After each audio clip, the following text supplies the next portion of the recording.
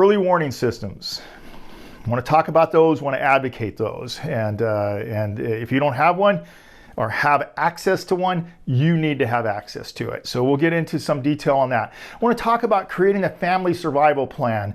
Does everybody know what needs to be done should a disaster hit? Do you know who's going to turn the power off? Who's going to turn the electricity off? Who's going to shut off the gas lines and so on and so on? Who's going to turn off the water lines? You know, do you have time for that? Do you know if you're all going to meet down in the basement in a storm shelter that's going to protect you from a tornado? What are you going to do if you're separated? Somebody's in town and you're at home. How are you going to meet back up? So we're going to discuss a basic survival plan just briefly, and you need one. So this is something that we need to breach, and we're going to breach it today. We need to talk about various things that are going to help protect your home, which I kind of discussed in the survival plan, but now it's you need to identify these things so that you know what to put into the survival plan. And not only identify, but how many of you know right now how to turn your water off, the water line that comes into your house?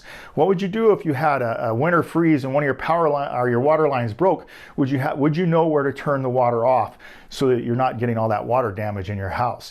You need to know these things. You need to know how to turn the gas off, water off, and so on. And then we're going to talk about basic ideas as far as how you can meet your medical needs, not only your needs, but those of the people around you should a disaster hit your home. So basic CPR, self-aid, buddy care, or first aid concepts, and then survival. You know, we learn CPR, we learn first aid, but we forget that survival is part of coming through one of these disaster settings, because rescue won't be there immediately, and you're going to have to meet your survival needs until they arrive.